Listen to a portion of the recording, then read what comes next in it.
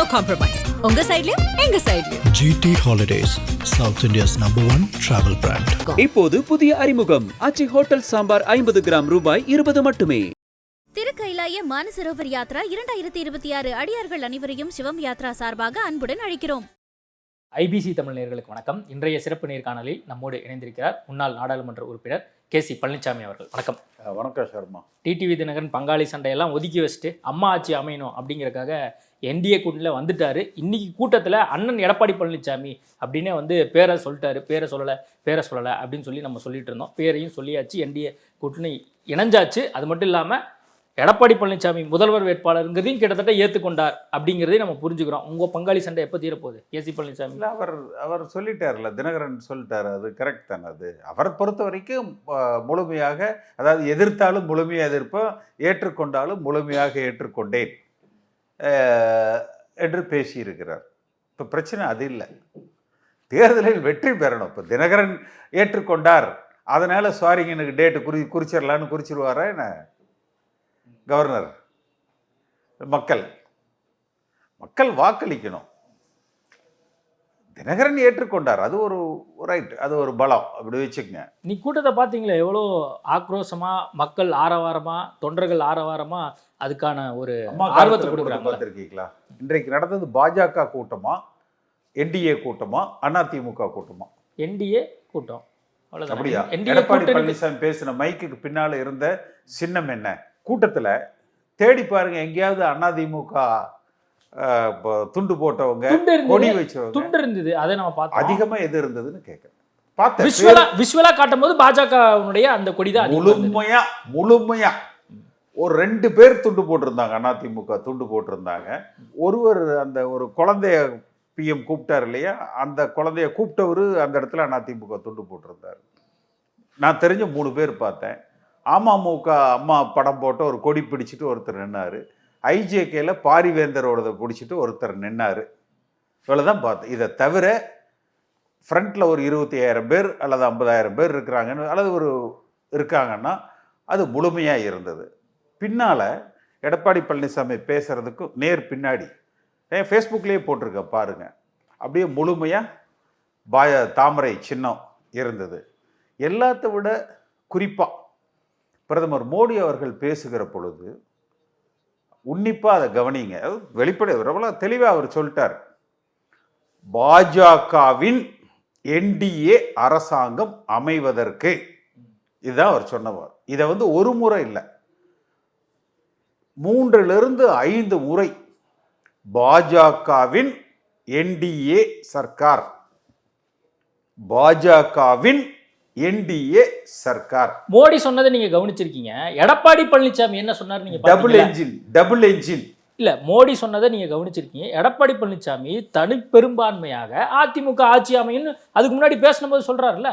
அவர் எல்லாம் சொல்றாருங்க, மோடியை வச்சுட்டே சொல்றாரு. அப்ப இந்த நீங்க அப்படி பார்க்கணும் சார். நீங்க டபுள் இன்ஜின் சர்க்காரு, தேசிய ஜனநாயக கூட்டணி அரசு அமையும் அப்படிங்கறதெல்லாம் மோடியினுடைய ஸ்ட்ராட்டஜியா இருக்கலாம். எடப்பாடி என்ன சொல்றாரு? அதிமுக ஆட்சி வேறுபாடே வரக்கூடாது இல்லைன்னு சொல்றேன். நான் சொல்றது ரைட். நான் இதுல குதிர்க்கம் பேசுறதுக்கு நான் வரல, அது என்னுடைய நோக்கமும் அல்ல.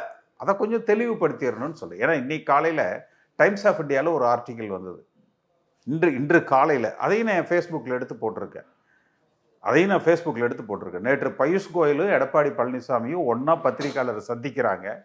பயூஷ் கோயல் என்டிஏ அரசாங்கம்னு சொல்கிறாரு, எடப்பாடி பழனிசாமி அதிமுக அரசாங்கம்னு சொல்கிறாரு.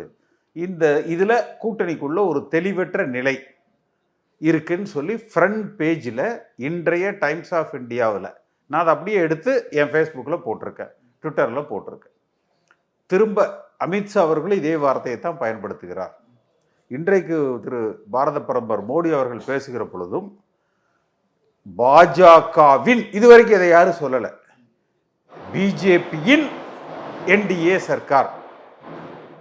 இதுவரைக்கும் என்டிஏன்னா கூட நீங்க சொல்ற மாதிரி கொஞ்சம் சப்பக்கட்டெல்லாம் கட்டிக்கலாம், அட என்டிஏல தான் இப்போ எல்லாரும் இருக்கோம் அப்படின்னு கூட சொல்லிக்கலாம். பிஜேபியின் என்டிஏ சர்க்கார் 1, அடுத்து டபுள் இன்ஜின் கவர்மெண்ட் 2. இதை கொஞ்சம் தப்பா சொல்ல, இதை இன்னும் கொஞ்சம் எடப்பாடி பழனிசாமி அசர்ட்டிவா, இவர் சொன்னா மட்டும் பத்தாது, பாஜகவையும் விட்டு முழுமையான அதிமுக, தனிப்பட்ட அதிமுக ஆட்சி அமைக்கும், கூட்டணி ஆட்சி இல்லை, இது அதிமுகவின் ஆட்சியாக மட்டுமே இருக்கும் என்றால் வெற்றி வாய்ப்புகள் இன்னும் 10% 25% உயரும். அதுக்காக சொல்றேன். ஏன்னா தமிழ்நாட்டு மக்கள் நேரடியாகவோ மறைமுகமாகவோ பாஜக ஆள்வதை விரும்ப மாட்டாங்க.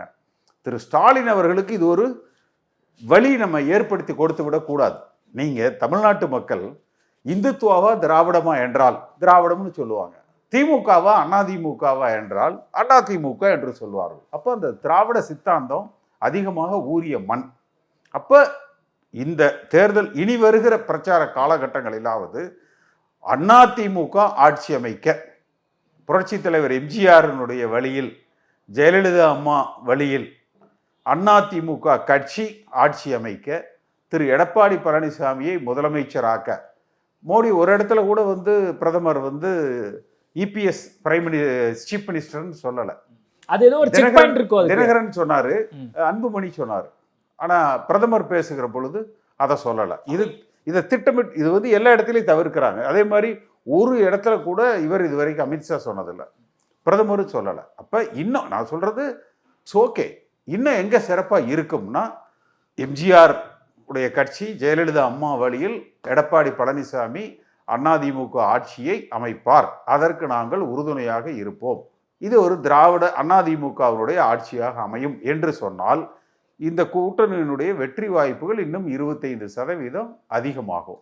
அமித்ஷாவோ மோடியோ எடப்பாடி பழனிசாமி தான் முதல்வர் அப்படிங்கிறத சொல்லலை அப்படிங்கிறத நீங்க கடந்த 2 நாளா நோட் பண்ணி கவனிச்சு இதை சொல்றீங்க.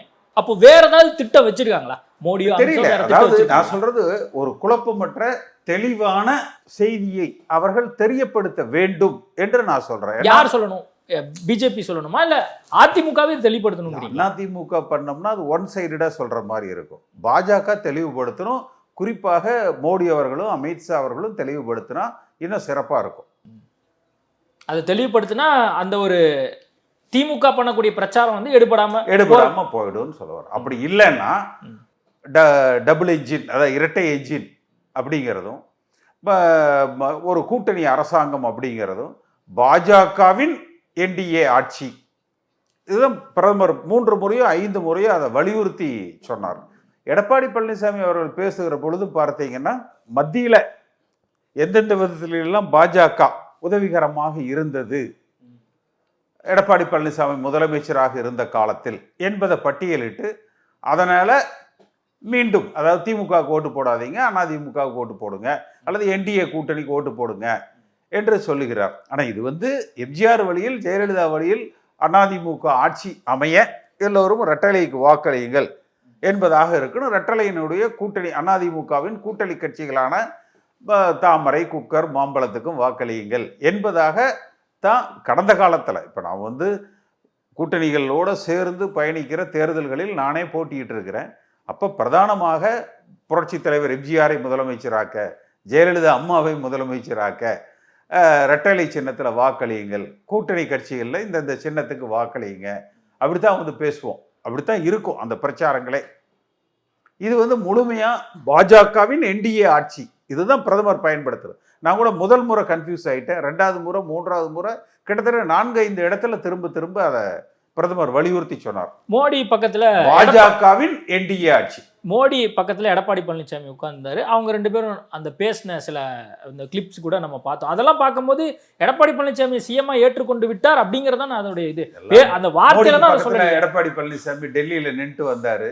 மோடி இவர்தான் எங்கள் தென்னிந்தியாவின் முகம் அப்படின்னாரு. அடுத்து இப்போ இன்னைக்கு எடப்பாடி பழனிசாமி தமிழ்நாட்டுக்கு என்னென்ன நன்மைகளை பாஜக தான் முதலமைச்சராக இருந்த பொழுது செய்ததுன்னு சொன்னார். சென்ற நாடாளுமன்ற தேர்தல் அப்போ அவர்கள் எதுவுமே நமக்கு செய்யலைன்னு சொன்னார். நம்ம அதுக்குள்ளேயெல்லாம் நான் போகலை, அதையெல்லாம் நான் எடுத்துக்கல. அமைவது அதிமுக ஆட்சியாக இருக்கணும், ஆள்வது முழுமையான அதிமுக அரசாங்கமாக இருக்கணும். நேரடியாகவோ மறைமுகமாகவோ அது பாஜகவினுடைய அரசாங்கமாக இருக்கக்கூடாது. ஏன் இதை வலியுறுத்தி சொல்றேன்னா, பிரதமர் பேசுகிற பொழுது பாஜகவின் என்டிஏ ஆட்சி இதுதான் சொன்னது. 5 முறை சொன்னார். இது அழுத்தம் கொடுக்கப்பட்டு இது டெல்லி தலைமைக்கு மீண்டும் அவர்கள் மனதில் என்ன இருக்குதுன்னு அவங்க சொல்றாங்கன்னு சொல்றேன். நான் சொல்றது இது ஒரு அழுத்தம்னு நான் சொல்ல வரல. அதிமுக தலைமையில் இருந்து ஒரு அழுத்தம் கொடுக்கப்பட்டு பிஜேபி தலைமை இதுக்கு ஒரு கிளாரிட்டி கொடுக்கணும் அப்படிங்கிற ஒரு அழுத்தமெல்லாம் கருத்தை ஒண்ணு நீங்க கொடுக்க வைக்கிறீங்க. வேண்டாம். இதை பேசி ஒரு தெளிவுபடுத்தி விடுவது தேர்தல் நேரத்தில் ஏற்படுகிற குழப்பங்களை ஒரு முடிவு கட்டும். இப்பவே ஒவ்வொரு பிரச்சார கூட்டத்திலையும் இறுதியா முடிக்கிற போது அதிமுக ஆட்சி அமைய, எடப்பாடி பழனிசாமி முதலமைச்சராக அமர, இரட்டலைக்கு வாக்களியுங்கள், அதன் கூட்டணி கட்சிகளான இந்தந்த சின்னங்களுக்கு இந்தந்த கட்சிகளுக்கு வாக்களியுங்கள் என்பதாகத்தான் இனிமேல் வருகிற பிரச்சாரங்கள் அமைய வேண்டும். அப்படி அமைந்தால் இன்னொரு 25% இதற்கான வெற்றி வாய்ப்புகள் கூடுதலாக இருக்கும். டிடிவி தினகரன் என்டிஏ கூட்டணியில வந்தது இப்போ ஒரு பலம் வாய்ந்த கூட்டணியாக மாறுகிறது. இதெல்லாம் முந்தா நாளத்து செய்திங்க, 3 நாளைக்கு முன்னாடி செய்தியில நீங்க இருக்கிறீங்க. நான் பிரதமர் இப்ப பேசிட்டு இருக்கிறத வச்சு நான் சொல்றேன். என்டிஏல தினகரன் வந்தாரு, மாணிக்கராஜா இன்னைக்கு திமுகவுக்கு போயிருக்காரு. இதெல்லாம் விட்டுருங்க, இதெல்லாம் இம்மெட்டீரியல். அவர் வந்துட்டாரு, இதெல்லாம் பிரச்சனை இல்லை. ஏன்னா 2021 கூட்டணியில தினகரன் இல்லை, அதிமுக கூட்டணியில். இன்றைக்கு தினகரன் இருக்கிறார், ஓபிஎஸ் இல்லை, ராம்தாஸ் இல்லை, பிரேமலதா விஜயகாந்த் இல்லை. இந்த 3 இல்லை, ஒரு இருக்குது, இவ்வளவு தானே. இதுக்கு மேல கன்ஃபியூஷன் இருக்கக்கூடாது. யாருடைய ஆட்சி அப்படிங்கிறதுல அந்த கன்ஃபியூஷன் இருக்கும். இப்ப கேசி பழனிசாமி யாரோட ஆட்சி வரணுங்கிறீங்க? அதிமுக ஆட்சி அமையணும்னு. இப்ப பங்காளி சண்டைங்கிறது என்ன நிலைமையில இருக்கு? இப்போ ஓபிஎஸ் வந்து சேர்த்துக்க மாட்டேன்னு எடப்பாடி பழனிசாமி சொல்லிட்டாரு. இப்ப மனோஜ் பாண்டியனோ வைத்தியலிங்கமோ அவங்க எல்லாருமே திமுக பக்கம் போயிட்டாங்க. ஓபிஎஸ்னுடைய வலதுகரம் இடதுகரம் அல்லது அவருக்கு பக்கபலமா இருந்தவங்க எல்லாம் இப்போ ஓட்டுமலமா திமுக கூடாரத்துக்கு போயிட்டாங்க. இப்போ ஓபிஎஸ் தனித்து விடப்பட்டிருக்கிறார். புகழேந்தி நீங்க எல்லாருமே வந்து அதிமுக ஒன்றிணையணும் அப்படிங்கிற விஷயங்கள் குறித்தெல்லாம் வந்து பேசிட்டு இருந்தீங்க. புகழேந்தி இன்னும் கடுமையான விமர்சனங்களை ஒரு பக்கம் வச்சுட்டு இருக்காரு. உங்களுடைய நிலைப்பாடு தான் என்ன? என்னதான் என்னுடைய நிலைப்பாடு? அதிமுக ஆட்சி அமைக்கணும், அது கூட்டணி ஆட்சியாக இருக்கக்கூடாது. நேரடியாகவோ மறைமுகமாகவோ பாஜக அங்கம் வகிக்கிற ஆட்சியாக இருக்கக்கூடாது. முழுமையான அதிமுக ஆட்சியாக அது அமைய வேண்டும். எடப்பாடி பழனிசாமியே முதலமைச்சர் வேட்பாளராக வரலாம், வர வேண்டும் என்று கூட நம்ம எடுத்துக்கலாம். ஆளுகிற திமுக வீழ்த்தப்பட வேண்டும். இப்ப நீங்க சொல்லியிருக்கக்கூடிய இந்த கருத்துக்கள் பார்க்கும்போது அப்ப வெளியிருந்து தான் ஆதரவா? அதிமுகக்குள்ள இருந்து நீங்க எப்போ பயணிக்க போறீங்க? என்னவோ எடப்பாடி பழனிசாமி கேட்டுக்கு வெளியில நின்றுக்கிட்டு வாங்கன்னு கையை பிடிச்சி இழுக்கிற மாதிரியோ, நான் இல்ல வரமாட்டேன்னு சொல்லிட்டு உட்காந்து. உங்க சம்பந்தமான வழக்கு கூட இப்போ அண்மையில போன வாரத்துல அதெல்லாம் வந்து இப்போ 1 வருஷத்துக்கு முன்னாடி போட்ட கேஸ். 1 வருஷம். அதனால எதுவும் உங்களை சேர்த்துக்கிறதுல அல்லது அசஸ் பண்றதுல எதுவும் பிரச்சனை ஆகுது? தனிப்பட்ட விருப்பு வெறுப்புகள் என்பது வந்து வேறு. நான் என்ன தினகரனாட்ட இப்போ 1 வாரத்துக்கு முன்னாடி கூட எடப்பாடி பழனிசாமி முதலமைச்சர் வேட்பாளர் என்றால் நான் தூக்கு மாட்டிட்டு தொங்குவேன் அப்படி சொல்றேன்னா என்ன? அப்படிலாம் நான் சொன்னதே இல்லை. அவர் என் மீது சில தவறான பொய் குற்றச்சாட்டுகளை சொன்னார். அதற்கு நான் சில நடவடிக்கைகள் எடுத்தேன். அவர் என் மேலே வழக்கு போட்டார். அந்த வழக்கு பொய் வழக்குன்னு சொல்லி நான் டேமேஜஸ் போட்டிருக்கேன். இதெல்லாம் சென்ற ஆண்டே நடந்த விஷயங்கள். அதுக்கும் அரசு தனிப்பட்ட கருத்து மோதல்களுக்கும் அது எடப்பாடி பழனிசாமிக்கு கேசி பழனிசாமிக்கு ஆனது. அது அதிமுக சண்டை இல்லை. நீங்களும் அதிமுக தொண்டரா இன்னும் பிரச்சாரம் போறதுக்கோ அல்லது மற்ற வகையில நீங்க ஏதோ ஒரு கட்சிக்கு பிரயோஜனப்படுவீங்கல்ல? இல்லை, நிச்சயமா பிரயோஜனப்படுவோம். அவர்கள் அதை கேட்டால் செய்வோம். வேலுமணி இதற்கு முன்பு கேட்டார், நான் சரின்னு சொல்லியிருக்கேன். அவர்கள் தான் முடிவு செய்யணும். இல்ல ஒருவேளை இப்போ மனோஜ் பாண்டியனோ அல்லது மற்றவங்களோ முடிவெடுத்த மாதிரி எந்த கட்சிக்கு நான் போக மாட்டேன். திமுகவோ அல்லது எந்த கட்சிக்குமே போக மாட்டேன்னு சொல்லி திமுக தாவேக்கு எப்படி வேணாலும் எடுத்துக்கோங்களேன். இப்போ செங்கோட்டையனை நீக்கி 90 நாளில் போய் தாவேக்கால சேர்ந்தார். 9 வருஷம் ஆச்சு, எங்கேயும் போய் நான் சேரல. அதே மாதிரி ஓபிஎஸ் வந்து ரெட்டலை எதிர்த்து போட்டி போட்டாருன்னு குற்றச்சாட்டு சொன்னாங்க. தலைமை கழகத்தில் அடித்து நொறுக்குனாருன்னு சொல்லி குற்றச்சாட்டு சொன்னாங்க. இதெல்லாம் நான் வந்து எதுவும் செய்யலை. எடப்பாடி பழனிசாமி ஒரு பொய் குற்றச்சாட்டில் என்னை கைது செய்தார். அந்த குற்றச்சாட்டு பொய் என்று சென்னை உயர்நீதிமன்றம் அந்த வழக்கை ரத்து செய்திருச்சு. அதற்கு நான் அந்த வழக்கு தொடுத்தவர்கள் மீது நஷ்டஈடு கேட்டு போட்டிருக்கேன். அது சென்ற ஆண்டு போட்ட வழக்கு. சமீபத்தில் தான் அது நம்பர் ஆகி லிஸ்ட்டுக்கு வந்திருக்கு. இவ்வளோதான். அது தனிப்பட்ட முறையில் எனக்கு எடப்பாடி பழனிசாமிக்கு உண்டானது. கட்சி என்று வருகிற பொழுது 2 பேரும் அதிமுக, அவ்வளோத்தானே. இப்போ என்டிஏ கூட்டணி ஒரு பக்கம் வந்து இப்போ ராமதாஸ் அவர்கள் யார் பக்கம் போறார் அப்படிங்கிறது தெரியாமல் இருக்குது. இப்போ ஓபிஎஸ்ஸை வந்து இதுவரைக்கும் அவங்க கூப்பிட்டு வச்சு பேசலை அப்படிங்கிற ஒரு ஸ்டேட்டஸ் இருக்குது. தேமுதிக எங்களுக்கு அப்படி ஒரு நிகழ்ச்சி நடக்கிறதே எங்களுக்கு தெரியாதுங்க அப்படின்னு பிரேமலதா விஜயகாந்த் சொல்கிறாங்க. இப்போ ஏற்பட்ட ஒரு நிலையில் அதிமுக கூட்டணி என்டிஏ கூட்டணி திமுக வீழ்த்திட முடியுமா? அப்படி வீழ்த்த வேண்டும் என்றால் முழுமையான அதிமுக ஆட்சி அமைக்கும்ங்கிறது இவர்கள் முன்னிறுத்தணும்னு சொல்கிறோம். ராமதாஸ் அவர்கள் முடிவையோ ஓபிஎஸ் முடிவையோ இல்லை பிரேமலதா அவர்களது முடிவையோ நம்ம போய் திணிக்க முடியாது. ஆனால் ஈஸியாக செய்யக்கூடிய விஷயம் என்னன்னா, அமைவது அதிமுக ஆட்சி, முழுமையான அதிமுக ஆட்சி என்பதை தெளிவுபடுத்தலாம். இது சாத்தியம் உள்ளது, அதை செய்யணும் அப்படிங்கிறது தான் என்னுடைய கோரிக்கை.